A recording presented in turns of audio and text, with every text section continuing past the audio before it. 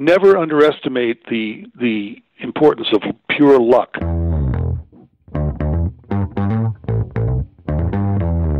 You're listening to the Author Stories Podcast,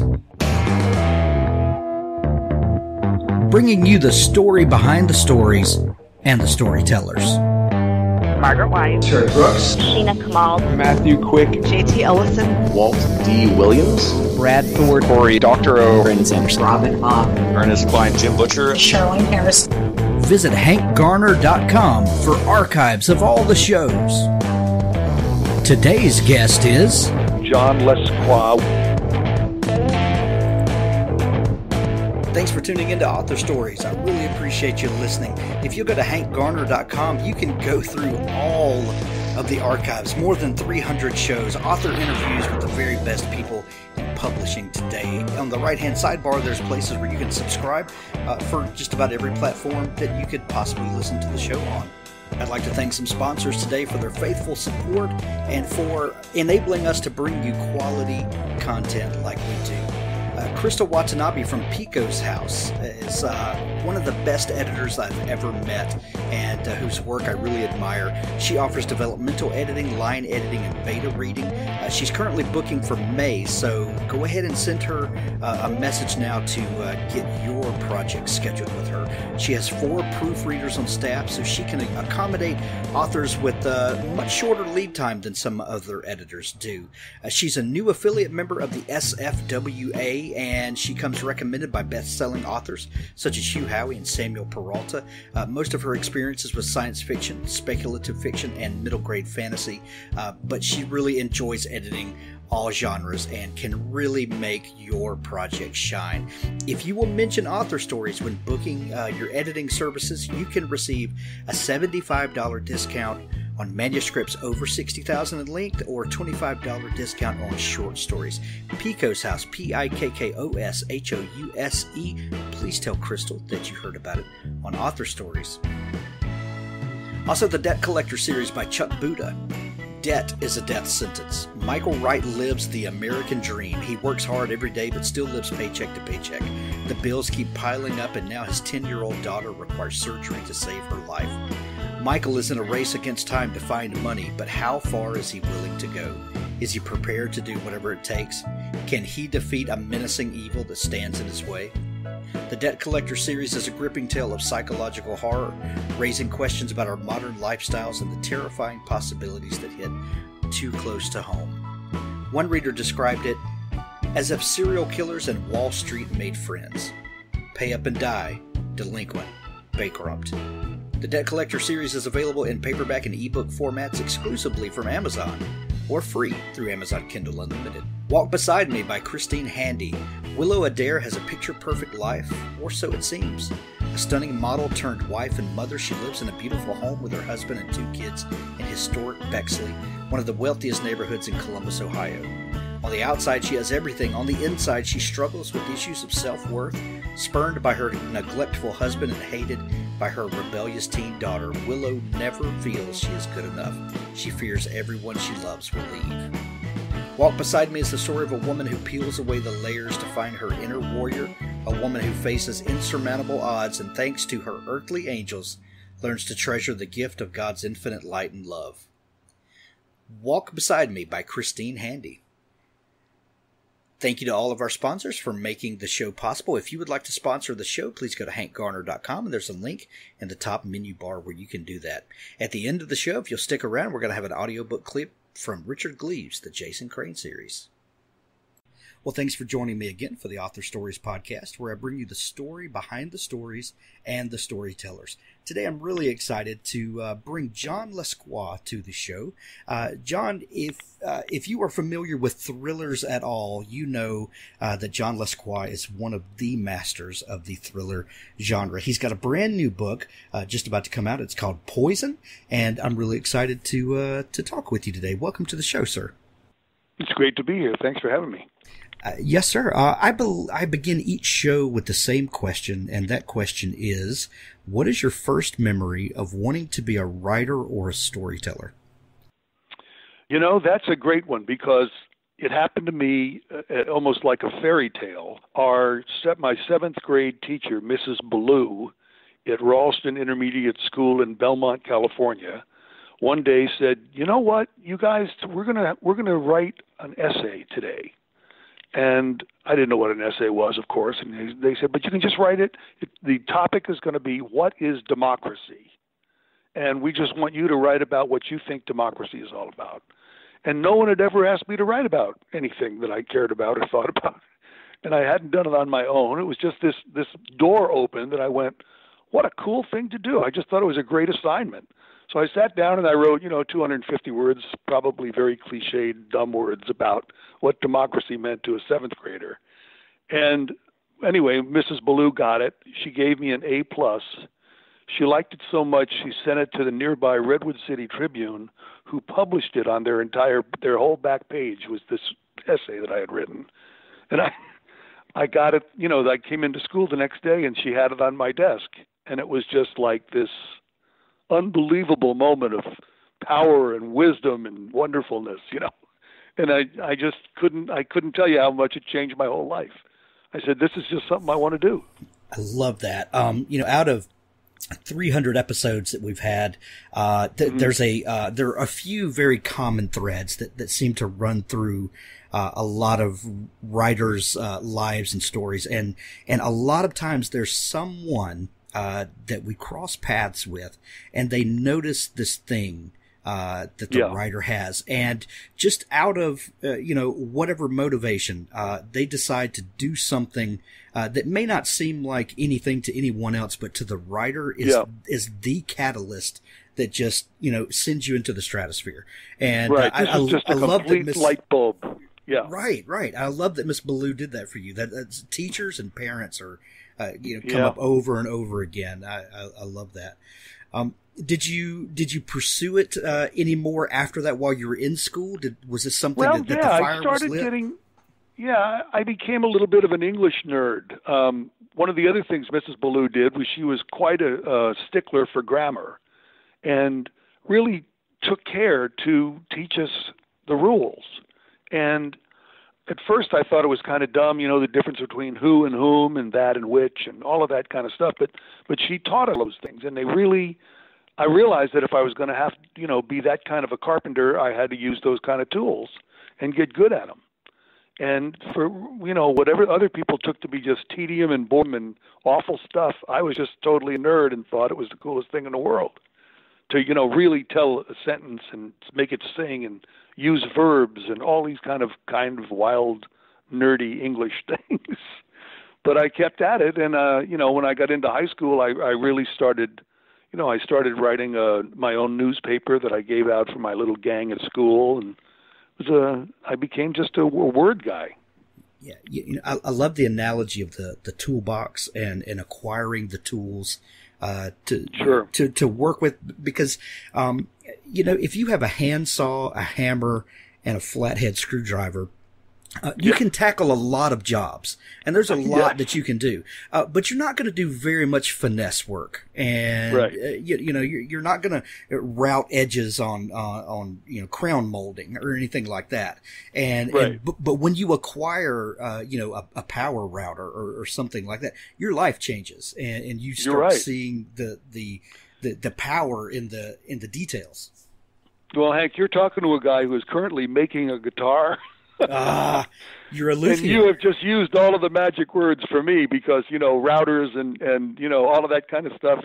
It's like, this is what I didn't do while I was learning all my verbs in seventh grade. And so I'm finding it incredibly challenging to work with wood with fine tolerances. So it's interesting you should bring that up. Well, I have a teacher that was extremely influential in my life, and he was a high school shop teacher of all things. His name is Lindsey Keene. I'm still great friends with him now. But he taught me more, I think, about storycraft by teaching me to pay attention to details and things like that. It is all in the details. It's amazing. Yep. And I think we're kind of kindred spirits in that way. It's cool. Did you know that you wanted to pursue writing as a career, or was there something else that you thought that you would do and writing might come later? Well, I've always been a musician, and I really cared a lot about music and writing songs, and I've actually written probably, 300-400 songs, and have a couple of CDs out and all of that. So I cared very deeply about that, but at the same time, I didn't see it as very different than writing long prose. I just said, well, this is one way to create. This is another thing to create. It was using words, and it had the advantage of being, connected to melody and lyricism and all that stuff, which I really liked. But, really what happened that turned me into a writer is I had another teacher in my senior year, Father Stadler. I went to a Catholic boys' high school in San Mateo. And I had a teacher who said, here's the trick to getting an A in this class. All you have to do is keep writing it over until I give you an A.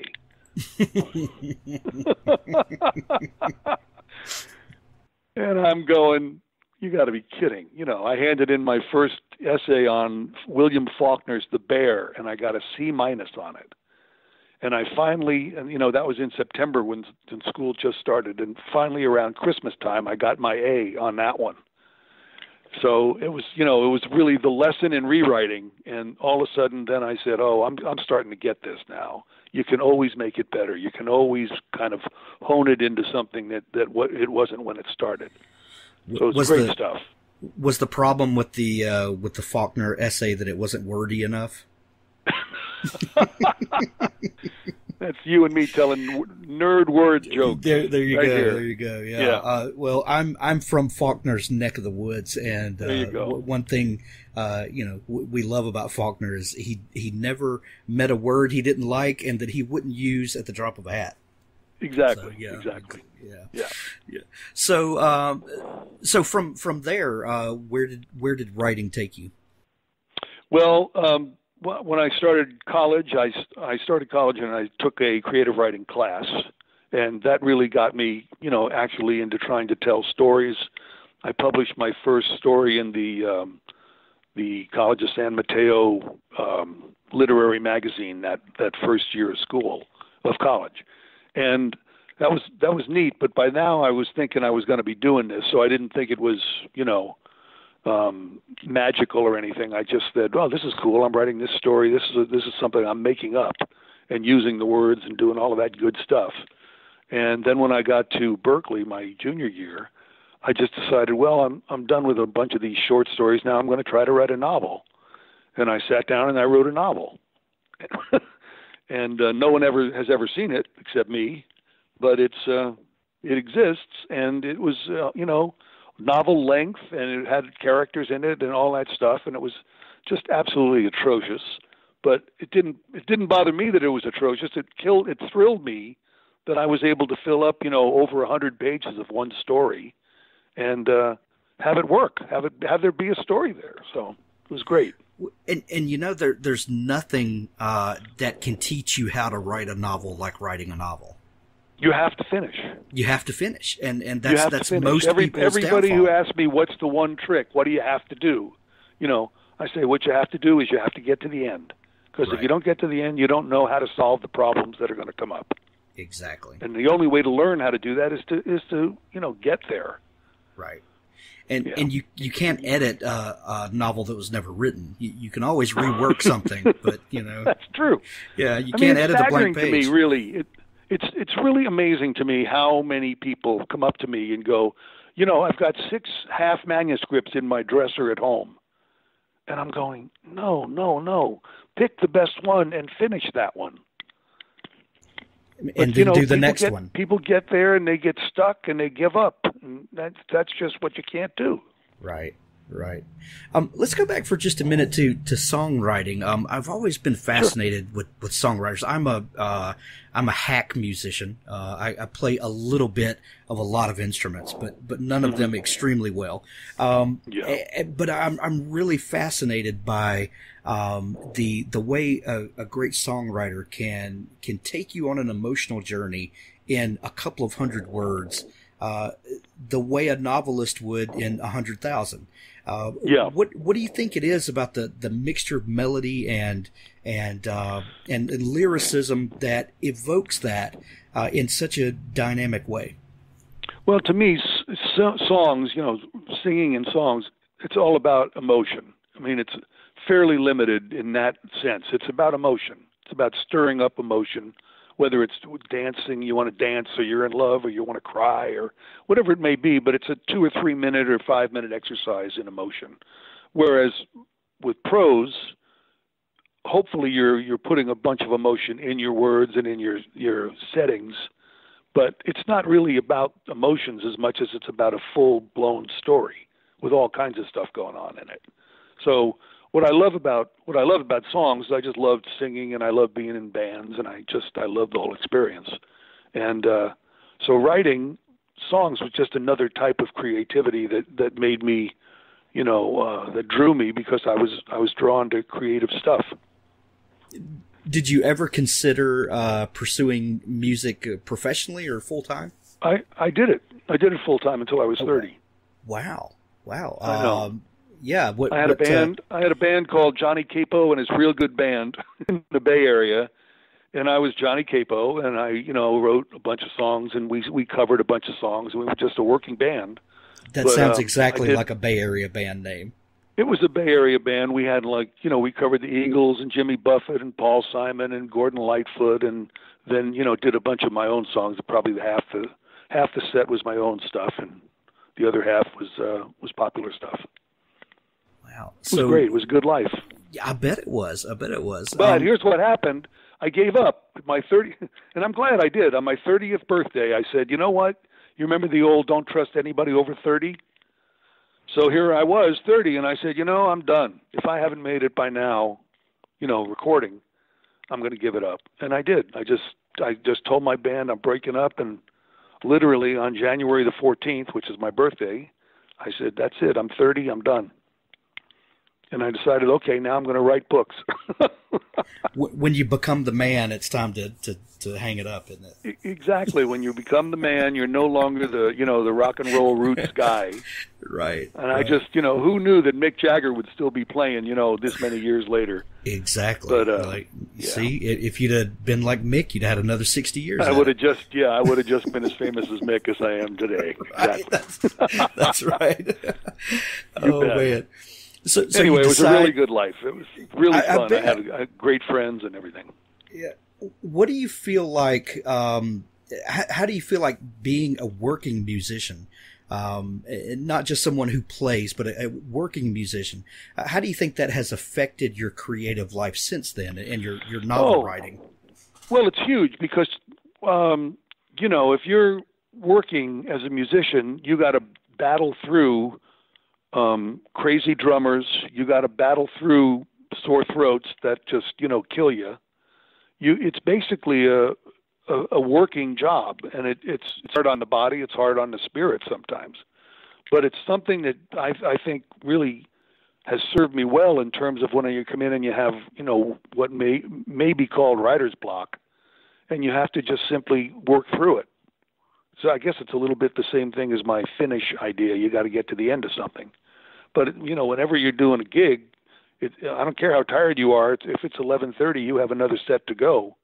You got a sore throat and a temperature and, all the stuff's going down. And still, you got to go out there and entertain and make people feel good. So it's a very, all these creative things, when you do them for a living, it's gratifying in many ways, but it's also work.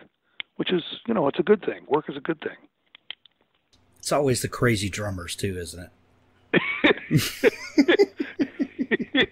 I wasn't going to go too far down that road, but, but anybody who's ever been in the band knows, the curse of the drummer. So there you go. It's like, man, we've got 4 musicians and a drummer. Need to get a meal. Yeah. And I loved my drummer in my band, but I mean, he was probably the 4th or 5th one I'd worked with, and he finally got so he could show up on time and do radical things like that. So right. It was good. Oh man, you mentioned writer's block, and a lot of writers will talk about that, but there's no such thing as guitar player's block, there's no such thing as plumber's block either. Exactly. I mean, it's just, you got to do your work. You got to show up and do the job. Right. You got to show up and do the job. And I think that's one of the great things about that writing and also working, singing and playing in a band and also working a whole variety of day jobs has taught me is you basically have to show up and do the work. And if you look on your creative work in the same kind of cold-blooded manner, it doesn't affect the quality of the work. It just means you've got to do the work. Yeah. So I agree with you. Yeah, for sure. So you turn 30, you decide that you've become the man, and you want to try something else. So what was did you have an idea for a book, or you just said, I'm just gonna see what comes? No. I was already pretty serious. I'd written already my book that I wrote in college. Then I wrote another book as soon as I got out of college, and it was a bigger, better book that eventually became published, as a matter of fact. So I knew I was a serious kind of creative guy, and I knew I wanted to do a story about literature stuff in Spain. I'd been playing music in Spain in my early 20s.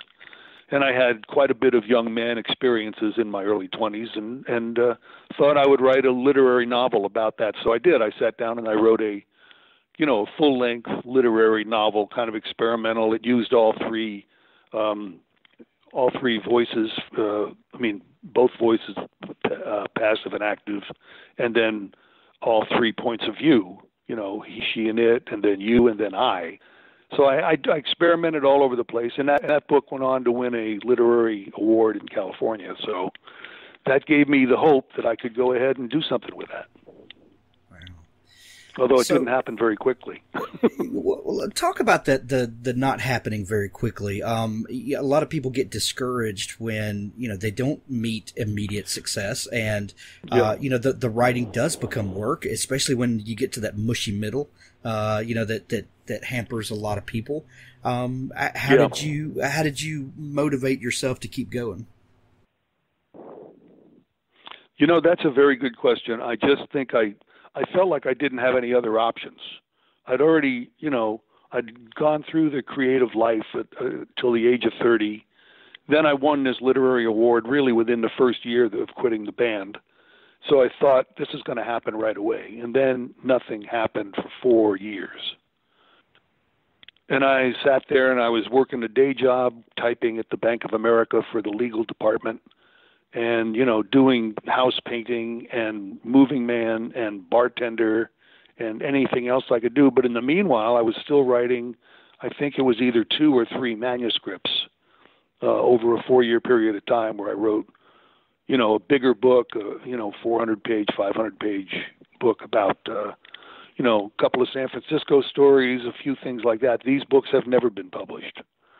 But I kept at it. I just kept doing it and finishing another one and sending it out and getting rejected. It was kind of like the pathetic young writer's life. Right. Right. Really, that's what it was like. It was like I'd finish, I'd send it to somebody, I'd send it to somebody else. Nobody liked it. Everybody had, comments that were not positive. And finally, then what happened with Sunburn, which is the one book that won a prize. This is so unusual. My brother was a Berkeley High School basketball game, and he ran into a woman that I had dated when I was 16 and she was 16. And he told her that I had, won this stupid literary award, and I was basically just floundering. And she said, "Oh, he wrote a book? I'd love to read that book." So my brother turned me on to, my old girlfriend, who was a mother in L.A. with 3 children at the time, had nothing to do with the publishing industry. She read the book. She loved it. She looked up publishers in the yellow pages and walked down to the nearest publisher in L.A., and they bought the book the next day. Good grief. After 4 years of going through agents and, trying to get an agent and dropping agents and doing everything else. So finally I got this thing, and there it was. I had a book deal. And it was a paperback original, and it's really an embarrassment to look at now, but I didn't care. At least I knew, okay, I'm a published author. And so then I took the book that, if you don't mind me just going on about this. Oh, absolutely. Go ahead. Then I decided, okay, I'm going to be an author. And I turned around and I took that book that I had written right out of college, and it turned out to be, it was a pastiche of a Sherlock Holmes story. And it was, never mind what it was about. It was about Sherlock Holmes. I sent it off to New York, and I got a hardcover deal within 6 weeks. And then they asked for a sequel. And the rest, as they say in history, I've written a book a year ever since. That is incredible. You hear so many stories of how it happens for people, and you just never know what the circumstance is going to be that is right around the corner. It's crazy. It was so bizarre. I mean, really, what happened was, because I was working, of course, a day job, when Sunburn got published, and then I said, I don't know what I'm going to do. I don't have another book, but I'm ready to, I want to submit it to somebody. I got to get something. I had my other manuscripts that had been turned down by everybody. And my wife said to me, John, that book that you wrote, that Sherlock Holmes book, you wrote that right after college, but it's still great. And I said, no, Lisa, I am a serious literary person. I've won a literary award. I'm a big-time, writer. She goes, well, I think that book was great. It was fun to read, and I really enjoyed it. I said, but it's just a mystery, and it's even a Sherlock Holmes mystery at that. And she goes, so what? It was great. It was fun to read. So I sent it off to New York, and I got a bite. In fact, I got 2 bites in 6 weeks. Wow. Yeah, it was unheard of. Yeah, and there's so much to unpack there about what you're just saying. Well, first off, I had a question a minute ago that I wanted to ask you. That 4 years that you're working and just struggling and sending the manuscripts out and, collecting rejections and all that. Right. Especially at the job where you said you were typing at the Bank of America. Oh. I would assume that was pretty soul crushing work when you knew you wanted to be a writer, and then that is the perfect word. It's soul crushing. You're right. Yeah, but in hindsight, it's you can look back and actually be thankful for some of those situations that at least they kept you afloat, to give you the time to work on your craft and find the right connections and all that. I think a lot of writers discount how much of a blessing a day job can be. Hey, God bless the day job. I mean, really, without the day job, I couldn't have done it. And I mean, even after I was publishing, I kept the day job for another, I think, 11 years. Wow. I was coming out with a book a year for 11 years and still needed the day job to make ends meet. Wow. And then finally I got a hit, and that changed everything. Wow. What but year it was that? a long time coming. I was 45 years old, when I started making a living at writing. That's a long way from the 30 when I quit music. So a lot of day jobs in there. Yeah. What year was that first hit? 94, I think. Okay.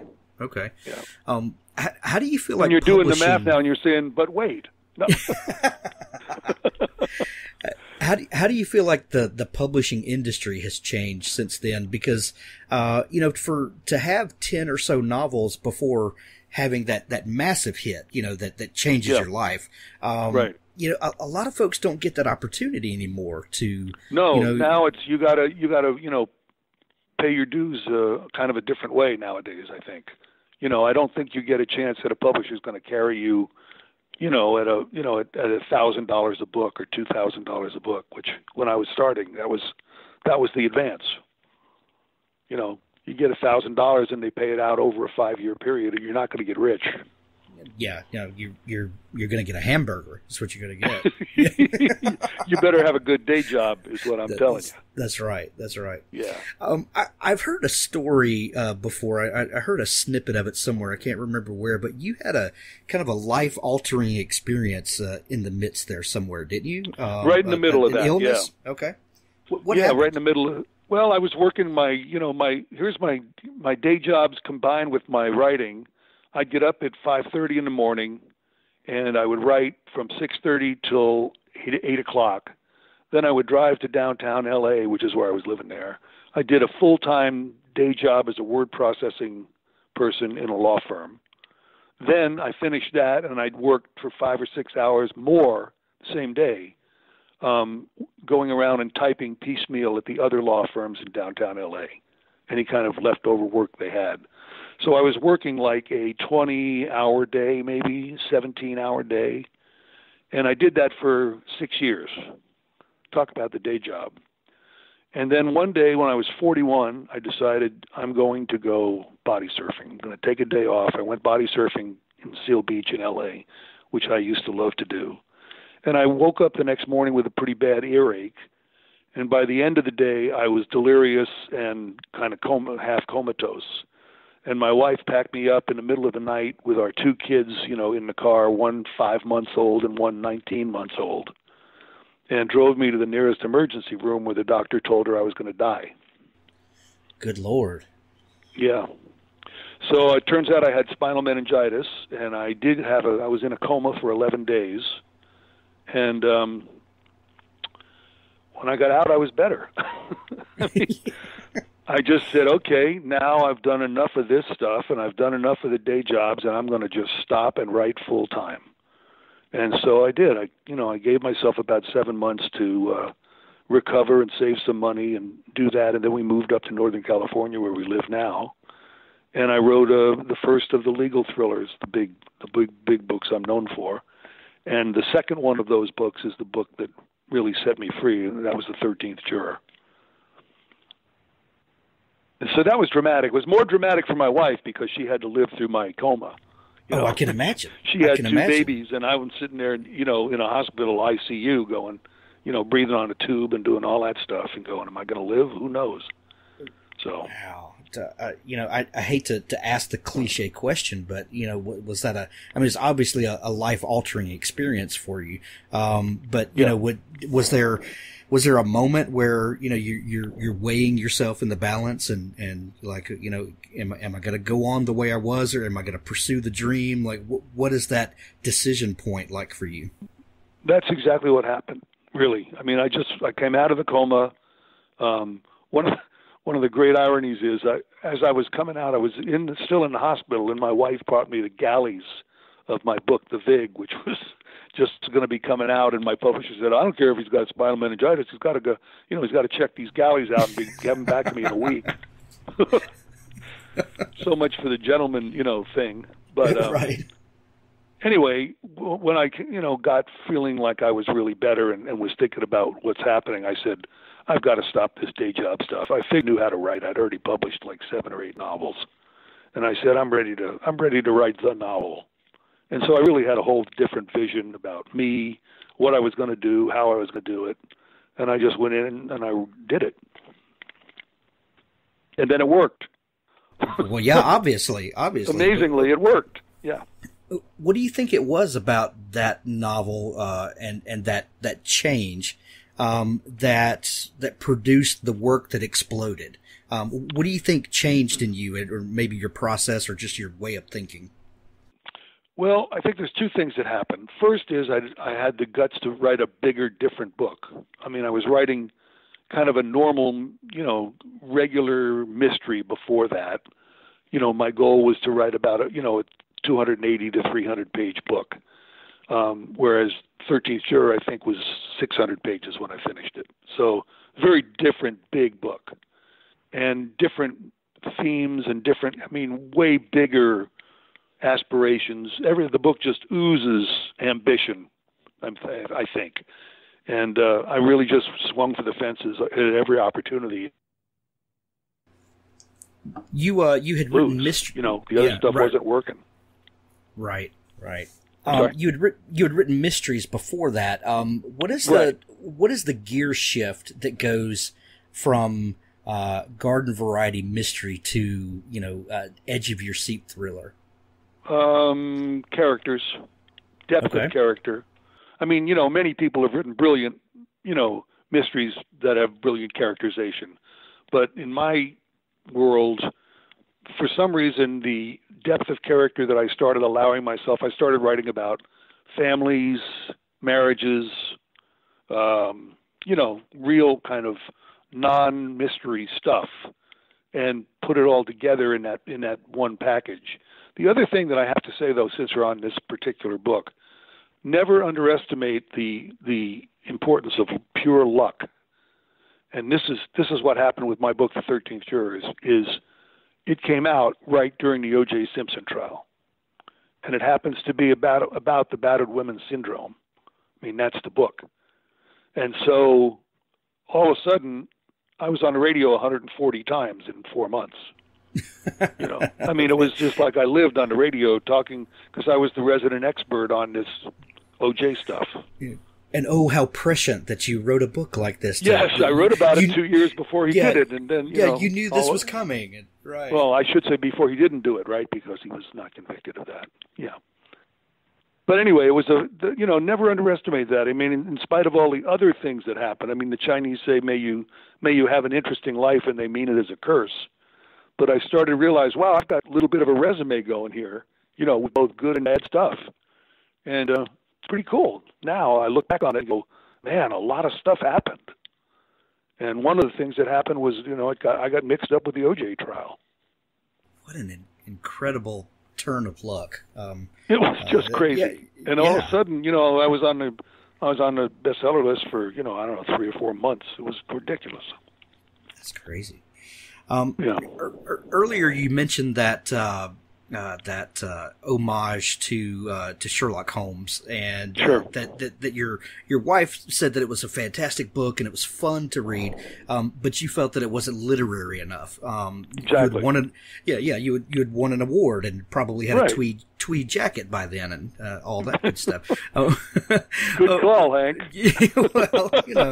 Well, What do you think about that separation between serious writing and fun writing? And is it ever called for, or are these just things that we make up in our head to separate good writers from average popular writers or whatever?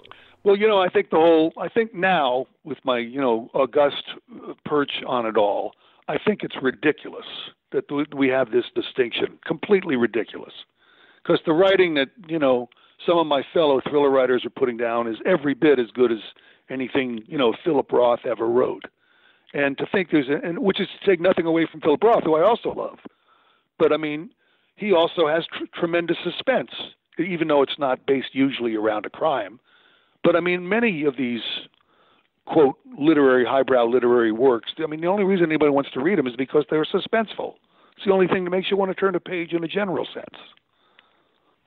So I'm sitting here going, I think that's the other kind of thing I let myself do with this, with these bigger, thicker, more important books, is I started not caring about what I sounded like. I just found my own voice, and I think my voice is readable, and so that's why I'm comfortable with it. And I think it's as literary as anybody else. I mean, not to put too fine a point on it, but I've written now I think 28 books, and certainly the last 20 of them I would hold up to other books that are a little more literarily famous.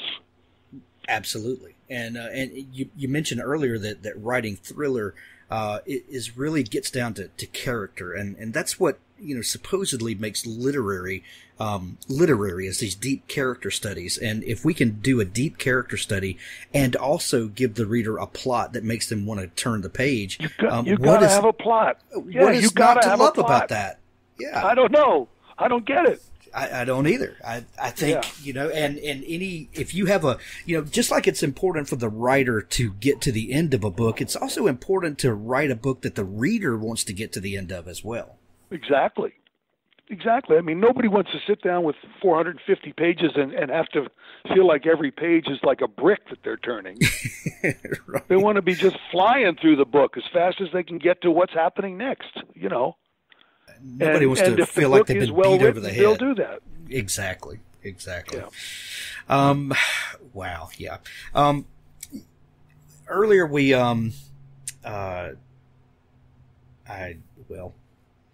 I lost my train of thought there. Oh. Anyway, I got so excited about the last point.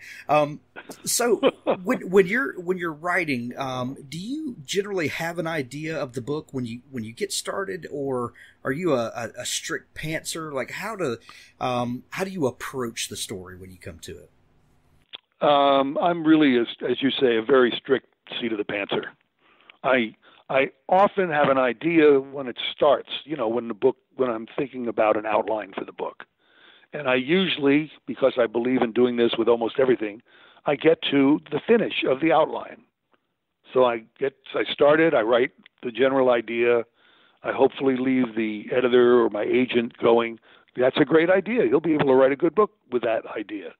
Then I start actually writing the book, and it goes by the wayside very quickly usually, because it's really a very first idea, and it didn't get enough thought, and I just wanted to hand it in so that I can get paid my next advance and move on from there. So that's what happens. And I sit down, and I just try to find scenes that are exciting and fun and funny and interesting. And that's what I do, is I just come in and try to write a couple of scenes a day and keep at it, and eventually the pages pile up and you have a story. As a working writer, and we talked about earlier that the writer has to show up for work and do the work every day. Yeah. If you're discovering the story as you go, is that ever a challenge? God, it's murder. Are you kidding me? It's the hardest thing in the whole world. I mean, I often don't know what's happening, what's going to happen 2 days from now in the book world. When I'm writing about a Monday in the book, I don't know what's going to happen on Wednesday. It's just the way it is every time.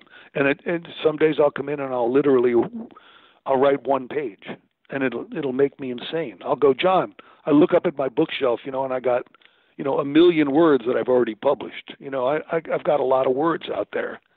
And I go, John, come on, you do this all the time. You know how to do this. Go. And it just doesn't come. So what do? You finish the page you're on, you start another one. I've done things like literally write recipes in a book, just because I got to finish that page to get to something else. So I tell jokes, I have recipes, I do all kinds of Looney Tune stuff.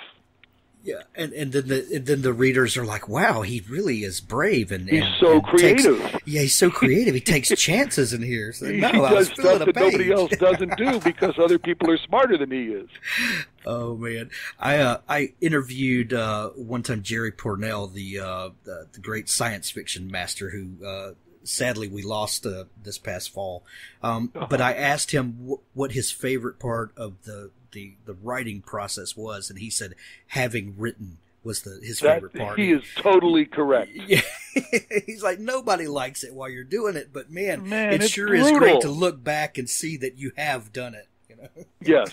Yeah, that's the good thing. In fact, sometimes you'll go back and reread something and go, God, this was actually pretty good. But because you don't feel that quite frequently when you're writing it. Although once in a while, I'll come in. I mean, I know in this latest book that I just finished, I had one day that I had been struggling for a month over this book. I mean, just killing myself. A page a day, 2 pages a day, and working 8 hours to get 2 pages, believe me, is a long day. So anyway, I'm doing this, I'm doing that. I come in one day, I sat down, and I wrote 17 pages.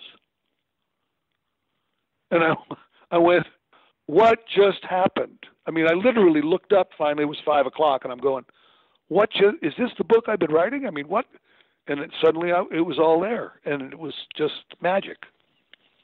But so that you get those kind of yin and yang things when you're doing the actual writing, and it's keeps you on your toes. Absolutely. Let's talk about the new book. It's called Poison, a Dismas Hardy novel. So our protagonist Hardy is in trouble once again. What happens in this book, and if you don't mind, talk a little bit about writing kind of an ongoing series, and how do you keep finding stuff to stick him in? Well, this is one of the early decisions I made was to have him live in real time. So he's growing old the way I'm growing old, and it's interesting to see him go through kind of changes of who he is. I mean, when the first Dismas Hardy book came out, he was a bartender. He was a lawyer, but he wasn't working as a lawyer, and he was a bartender at the same bar that I was a bartender at in San Francisco. So they say, write what you know, and I decided, okay, I'll start with him. He was 38 years old. I was 38 years old. Let's go. And that's really all I knew about him at that time. And the trick to making him entertaining and interesting, I think, as time went by, is he had to basically change how he was living his life. He got married. He started having children. Once you put children in a book, now you're in a whole different ball game. And I have 2 children as well. And, just as a matter of fact, I'm awaiting the birth of my first grandchild next week. So congratulations. That's going to be fun. Thank you. So anyway, where Hardy started going through things, he also then decided because he had children, he had to make money. He had to start a firm. He had to get that firm successful. So all of a sudden, the guy who was kind of a ne'er-do-well bartender, 10 years later is like the lead partner in a really white shoe firm in San Francisco.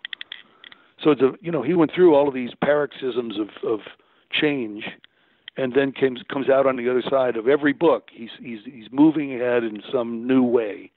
And what happened with the book Poison is he's dealing with actually I think a lot of people are going to identify with this pretty strongly. Is he's trying to figure out a way to stay close to his 2 children. And his son works at Facebook and has always got his face in a screen, and he's always on his cell phone. And Hardy loves his son, but he's really estranged from him. He can't figure out why this kid isn't, as glib and social as he is. So it's really dealing with some, I think, real 2018 things that are going on in our world. And that's what drives this book. Is Hardy finds out that his son, because he's naive, is finding himself wrapped up in a guy that got killed. In a murder case. And Hardy's going, no, you're not a lawyer. You're working at Facebook. Don't even do anything about this. And so there's these 2 parallel investigations that are going on. One, Hardy's doing it by the book. And then his son, of course, doesn't listen to him because what does his father know? He's stupid. And that's kind of what drives the book. I think it's incredibly powerful as an engine to drive. Absolutely. Are there ever any regrets for having Hardy live in real time? Do you ever wish, man, why can't he be 20 again and I could tell this story? I've never agonized over that. I think it's a good question, but I think you have to kind of address. I had to address that question when I was starting. I said, okay, I can either let him get older or not. But I said, I don't want him to be one-dimensional. I want him to be as many dimensions as I can get, and he's got to age, and that's just part of the game. Man, and this is how many books for him now? I believe this is about the 22nd Dismas Hardy book. And, I think, by the way, I think it's probably the best mystery I've ever written in terms of, who did it and figuring out everything that happened. It's pretty complex and I think pretty satisfying when we get to the end. But there's a lot of cool stuff in the middle that I really find interesting. And the other thing that made it, I think, doubly interesting is we're kind of seeing it from 2 perspectives. We've got Hardy's perspective and then we've got his son's perspective. And so the whole thing is a little bit kaleidoscopic and dangerous and kind of fun, actually. I love it. I love it. Yeah. When you're writing the way you do, and you're discovering the story as you write it, and you're getting your pages every day, when you get to the end of it, how long do you wait before you start going back through it and revising and looking for the places where you can add clues here and there? And that, do you give yourself a little distance from it first, or do you immediately go and start revising? How long do I take to do that? I do it immediately.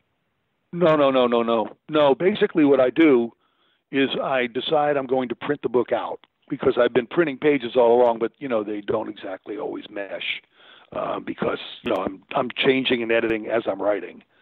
So what happens is when I'm finally done with what I think is the unrevised first draft, then I go page by page back through it from page 1 to page 400 or whatever it may be.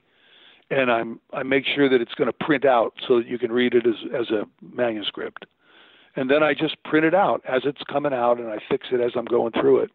And that usually takes me, you're going to be surprised to hear this, maybe 2 days. And that's my second draft. And by then it's done. I mean, essentially, I do some revisions usually with the publisher, is asking me for some.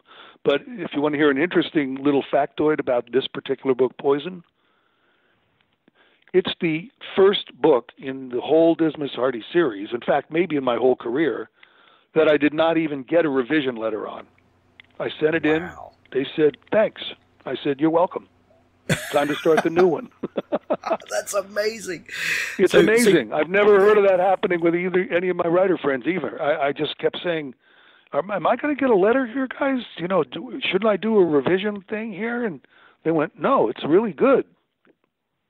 And I went, wow. Okay, thanks. That's a better story than Lee Child, turning it in and say, okay, you get 2 revisions, pick them, and that's all you get. And yeah. to not have any to choose from. I didn't even get a revision letter. How incredible! They sent me my delivery and acceptance check and said, thanks, good book. And I went, really? Come on. Okay, I'll be at the bank. Okay, then I'll start another one. Here we go. That's right.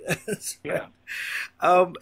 John, before we go, how have the tools of the craft changed since you started? I know when you first started, you were working a day job and sure. Word processing, data processing. Those jobs don't even exist anymore.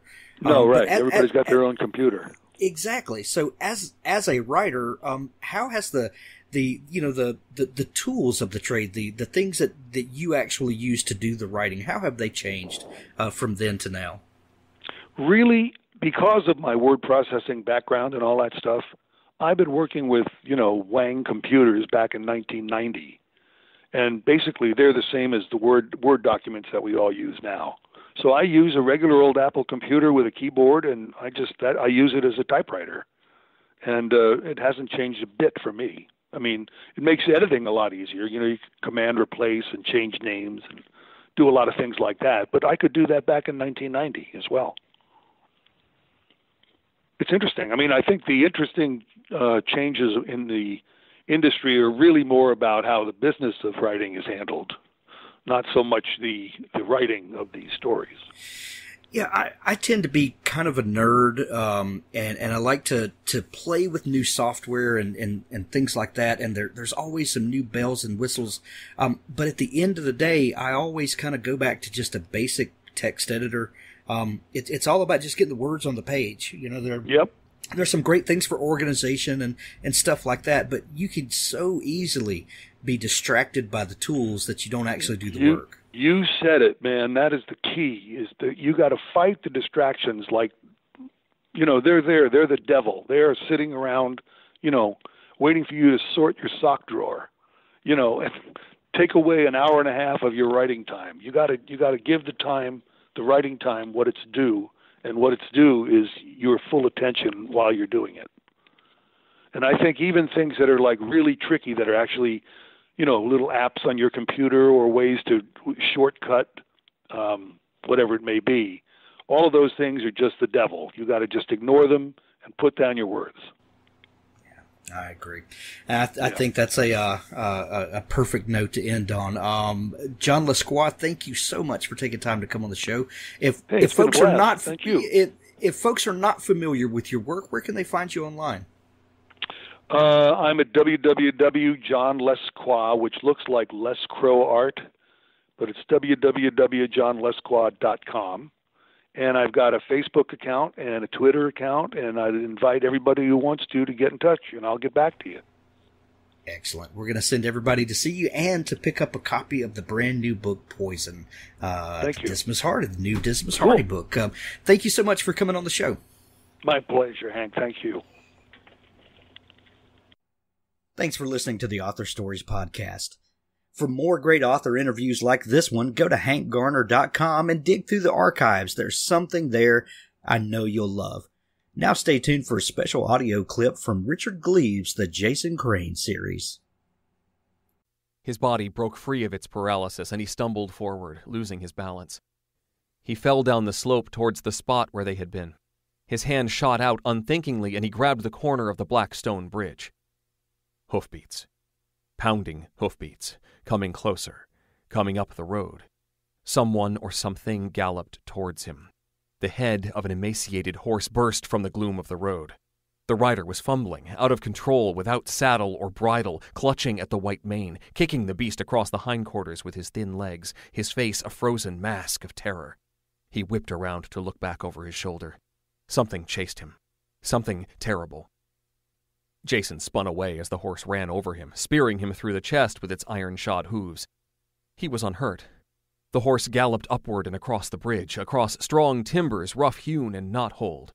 The rider wheeled the horse about, looking back from the far shore. He was wheezing. A sloppy white ruffle bobbed under his chin. His face was hopeful now. A familiar face, much like the one Jason saw every morning in the mirror. Something thundered up behind Jason, not with a clatter of hoofbeats, but with the teeth-rattling thunder of stone on stone. Ichabod, yes, of course, the man was Ichabod, wailed, and the sound of his terror echoed across the valley. The hot breath of a horse burned the back of Jason's neck. He stood frozen, unable to turn his head to see the thing behind him. He didn't want to. This was no ordinary vision. He felt with certainty that the rider behind him, no, the horseman behind him, knew he was there. Ichabod kicked his horse. It reared, brayed, and would have thrown him but for the fistfuls of its mane he clutched. Horse and rider spun in place on the far side of the bridge, disoriented. The horseman behind Jason laughed, a terrible, deep, cracking sound from all directions like 1,000 axes chopping down the woods. Jason felt searing heat as a ball of flame whipped over his shoulder. A burning jack-o'-lantern arced across the bridge. Its maniacal face spun end over end. It grinned back at Jason for an instant, spun around and crashed into Ichabod's temple, knocking him from his horse and into the dust. The pumpkin careened upwards, exploding against the trees, shooting tendrils of flame up their trunks, igniting branches and showering the world with sparks and flaming leaves. Jason recoiled, fell to his knees, and threw his arms over his face. His lungs and heart pumped wildly. They slowed. He brought his arms down. The bridge was broken again. It was over.